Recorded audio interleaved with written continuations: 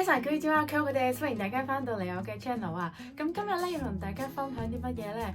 最近比較熱門嘅話題咧，應該就係呢個 ChatGPT 啊！咁咧今日咧就想同大家睇下咧，用 ChatGPT 咧可以點樣幫我哋學到日文嘅。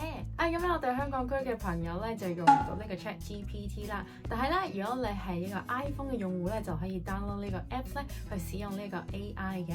咁呢個 app 咧就係 POE 嘅。咁咧佢最近咧亦都出咗呢一個桌面版嘅，咁所以咧 Android 機嘅朋友咧亦都可以用電腦嘅。咁我哋咧今日就一齊試下點樣可以用 AI 咧幫助到我哋練日文啦。咁咧大家咧首先去呢一個 Google 啦，揾翻 POE 呢一個嘅網址啦。佢點樣讀啊？佢係 POE 咁樣係嘛？我用翻一個日文嘅發音啦。咁咧佢呢一個咧香港區都可以用到嘅。咁如果你係 iPhone 嘅話咧，就可以喺手機 download 個 app 啦。如果唔係嘅話咧，就可以用電腦開翻呢個網址嘅。咁佢本身咧可以俾大家用到4個 AI 嘅。咁咧 ChatGPT 咧就係大家比較熟悉嘅 AI 啦。咁啱啱自己用過咧，其實我覺得第一個都唔錯嘅，佢都好準確，同埋都可以用呢一個繁體中文嘅。咁啊，第2同第4個咧，我就試過下，一係佢就好多答案都錯啦，咁一係就用唔到中文啦。咁所以咧，我哋今日就試用一下呢個 ChatGPT 啦。咁咧，大家見到咧，我之前已經問咗佢一啲問題㗎啦。咁啊，我哋不如就試下同佢傾下偈啦。咁咧，我首先我哋點樣問佢啲咩好咧？不如我哋就問下佢咧，究竟學日文要用啲咩方法？咁咧佢就顯示咗俾我睇啦。大家見到咧，我用呢一個 AI 嘅時候咧，其實我都係用語音輸入法嘅。咁有時候咧，佢有少少錯字咧，佢都能夠辨識得到嘅。咁啊，非常之方便。咁我哋就一齊睇下咧，佢係話有啲咩方法啦。哇，佢列得好清楚啊。咁咧就係參加語言學校嘅課程啦、自學啦、聽廣播、睇電視、同日本人交流，同埋創造日語嘅環境嘅。寫得非常之清楚。如果咧我係一個需要經常寫文章嘅人咧，咁咧呢個 AI 咧係非常之幫助到我嘅。但係咧佢好似有啲空洞喎個內容，我哋試下再問仔細啲，有冇什麼推薦的日文教材？咁咧佢又推薦咗我用一啲日文嘅教材啦。呢一個みんなの日本語，我見到大家的日本語啊，係啦。然後其他咧，我好似都冇乜聽過喎，有冇朋友仔係聽過㗎？如果有嘅話，可以下邊留言話俾我聽。點解可以咁講咧？因為我之前用 ChatGPT 嘅時候咧，就已經發現咧，其實佢有好多內容咧都係佢自己吹水出嚟嘅。即係根本，譬如我想揾一個 YouTube channel 啦，但係根本係冇嗰個 YouTube channel 噶咯。咁所以咧呢一度大家問完佢問題，如果見到呢一啲答案咧，都要之後咧自己去 Google 查證下咧，究竟係有冇呢一個嘅。好，咁譬如咧，如果我想咧問下佢咧，我有啲咩方法可以練好啲日文嘅寫作咧？咁唔知佢有冇咩建議咧？有冇什麼提升日文寫作的方法？咁呢度見到佢咧，又係差唔多嘅段落。我發覺佢每次生成嘅文章咧都係差唔多嘅。咁咧可以點樣提升寫作方法？增加詞彙量，學習正確嘅文法，練習寫作，進行寫作嘅練習，同埋參加寫作比賽嘅。非常之正確喎，好似係嘛？但係硬係覺得，即係唔知大家如果有用 ChatGPT 嘅朋友咧，有冇感覺到係佢有時啲答案好空洞嘅？但係咧，我覺得如果用嚟即係你要交稿啊，咁然之後咧你自己再去修改咧，咁係非常之方便嘅。即係佢可以幫我哋寫咗一個框架啦，然之後咧我哋再自己修改嘅。好啦，咁咧問完佢呢一啲嘅建議之後咧，不如我哋直接試下同佢練日文咯。我哋不如簡單啲開始先啦。問下佢可唔可以教我50音先？你可以教我50音啊？佢都撈唔到，都手動改翻先50音。佢俾咗呢個50音圖表我喎，但係有少少難睇嘅。問下佢有冇啲咩教50音嘅方法啊？譬如我之前分享咗俾大家50音可以點樣學，有冇容易學50音的方法？佢呢度舉例咗咧分類法咧，係咪即係我之前提嗰個？就係將佢分開學。歌曲法咧亦都係唔錯嘅，譬如大家可以上網揾一啲 A.I.O 嘅歌點樣唱啦。視覺法咩？視覺法，呢一個冇諗過喎，但係聽落去好似有啲難。練習法，啊，係啦，就喺紙上面重複寫每個名。咁好似黑貓之前拍嘅片講嘅方法更加好啊！如果有需要嘅咧，可以去參考一下。咁但係我覺得 AI 非常之好咧，佢可以咧俾到一啲 idea 我咧，可能我平時諗唔到嘅，咁咧就自己去 modify 嘅。然後下一個我哋不如試下直接問佢，我哋傾偈啦。你可以用日文跟我練習繪畫嘛？好犀利啊！佢即刻可以轉日文通啊！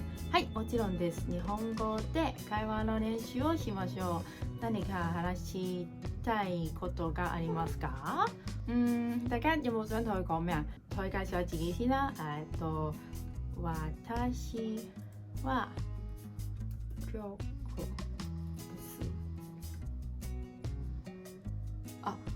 こんにちは、京子さん。佢讚我個名好靚啊！私はChatGPTと申します。多謝よろしくお願いします。好有禮貌喎，佢會識講敬語嘅喎。我哋不如試下問下佢一啲文法上嘅嘢啊。譬如我想問佢呢個 muscle 跟 master 先啦。譬如我哋簡單少少。佢又轉翻呢一個中文解釋俾我啦，非常之好。如果佢用日文解釋咧，可能會聽唔明。好細心啊 ChatGPT。咁咧 must 同 master 咧係有啲咩分別咧 ？must 咧係日語中嘅一種敬語形式，用於禮貌咁表達動作同埋狀態，喺日常會話中用嘅。然後 master 咧就係過去式嘅敬語形式，亦都係禮貌咁表達過去嘅動作同埋狀態嘅。佢講得真係非常之好啊！咁所以咧，大家如果學日文嘅時候咧，咁首先咧，大家可以同佢傾偈啦，即係大家有好多時話我識唔到日本朋友喎，點算啊？ChatGPT 嘅出現可以幫助到大家啦，大家咧可以每日咧同呢一個 ChatGPT 咧用日文去傾偈啊，好似頭先咁樣啦。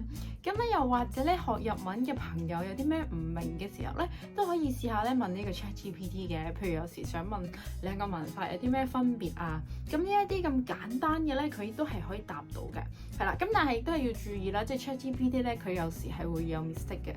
咁所以大家如果對嗰個答案有啲懷疑咧，就要去求證一下啊。可以教我幾個 N1 文法嘅分別，唔知得唔得咧？咁咧呢個咧佢淨係今次佢淨係教咗我一啲 N1 嘅文型啫，但係咧佢就唔係我想象中咧嗰個分別啊。咁所以咧呢一度大家就可以見到啦，如果你使用 ChatGPT 嘅時候咧，嗰個指令係非常之重要咯。即係譬如你想要係知道譬如好似之前 master 有咩分別咧？我估你要好清晰俾晒兩個字佢，跟住再對比咧，佢就可以答到你。咁但係譬如咧，如果咁樣嘅指令咧，教佢即係教 N1 文法嘅分別咧，咁佢就俾唔到好清楚嘅指令，就係可以講咗幾個 N1 嘅文型俾我聽嘅。咁樣咧，我哋試下咧揾佢幫我哋修改我哋嘅日文，睇下得唔得啦？我先要同佢講咗先，我先同佢講話，可以幫我修改我嘅日文文法咩？好啦，咁跟住咧，我哋試下特登打錯，我睇試哦。我哋試下 test， 唔知佢會唔會改到咧？係。佢幫我改成咗一句敬語啊！嗱，大家見到咧，佢就好明顯幫我改咗做，即係個私は就會改翻做私は啦。但係咧，佢唔係我想象中咧，佢幫我改翻 this 喎，佢幫我改咗呢一個 tomoshima 喎。試下問下佢，如果唔用 tomoshima 可以用咩結尾？咁咧，佢呢度咧亦都俾咗幾個方法嘅。私は京子です。呢個就係我想要佢嘅答案啦。私は京子と言います。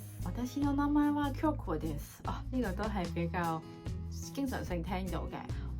咁所以咧，大家就可以見到咧，其實 ChatGPT 咧就係可以咁樣幫我哋修改我哋嘅文法啦。咁但係黑貓自己用落去嗰個感覺咧，就係你都要有少少嘅基礎知識先會好啲，因為佢有時會俾咗啲唔係好正確或者唔係 exactly 我哋要嘅答案，咁所以咧就可能你要知道，咁譬如好似頭先咁樣啦，我哋知道我唔係想佢答我 tomoshima 喎，因為我知道可能唔係 Pomosimus 㗎嘛，係 Mas 尾㗎嘛。咁樣咧，我然後再引申下一個問題咧，咁佢就可以答到我。咁所以咧，我自己覺得要用 ChatGPT 咧，最困難嘅地方咧，就係點樣可以俾一個好清晰嘅指令佢啦，然之後同埋自己有少少嘅知識。跟住之後咧，問佢我哋想要嘅嘢嘅。係咁，以上咧就係黑貓咧點樣利用呢一個 ChatGPT 學日文嘅。咁咧為大家總結一下啦，我用 ChatGPT 嘅方法咧，最主要就可能叫佢幫我寫一啲文章啦，譬如可唔可以話俾我聽日文係點樣㗎？又或者係學習日語嘅乜乜方法咁樣啦。咁如果咧大家要揾佢介紹一啲內容咧，佢就未必好 update 啦。即係譬如你想佢推薦一啲 YouTube channel 俾你咧，佢就會俾咗一啲錯嘅你啦。咁揾資料方面咧，就要自己小心啲去 Google 再求證嘅。咁第二個咧，可以利用 ChatGPT 咧，就係練習我哋嘅會話啦。咁最適合一啲咧識唔到日本朋友嘅人咧，就可以咧利用呢個 ChatGPT 咧，每日同你傾偈。咁你都可以咧自己練習下用呢一個嘅日文嘅。咁咧，但係練習會話有個唔好處咧，就係如果係初學嘅同學咧，佢答你嘅嘢咧，你未必會能夠明白嘅。咁嗰個時候咧，黑貓俾你嘅建議咧，就係如果佢用日文答咗你，而你又唔明咧，你可以試下俾個指令佢咧，就係你可以用中文解釋這句説話嘛，咁咧你就可以明白哦，原來呢個日文嘅中文意思係咁樣喎。咁又或者咧，如果你係想學埋韓文啊、西班牙文啊，你可以叫佢轉，你可以用韓文説這句話嘛，咁咧亦都可以學埋其他語言嘅。係，然後第三種嘅方法咧，就係利用佢幫你修改文章啦。咁今日黑貓冇做到啦，但係譬如如果大家有寫日記嘅習慣咧，咁你可能就 copy 你嘅日記俾佢睇，然之後咧佢就可以幫你修改你嘅文法嘅。係咁，以上3種咧就係黑貓咧會用 ChatGPT 學日文嘅方法嘅。咁希望我嘅 idea 有少少幫助到大家啦。又或者咧，大家有啲咩更好利用 ChatGPT 練習語言嘅方法咧，亦都喺下邊留言話俾我聽嘅。如果你知我今日嘅影片咧，記得幫我訂閱、讚好同埋分享出去啦。咁我哋下條影片再見啦，じゃあまたね，拜拜。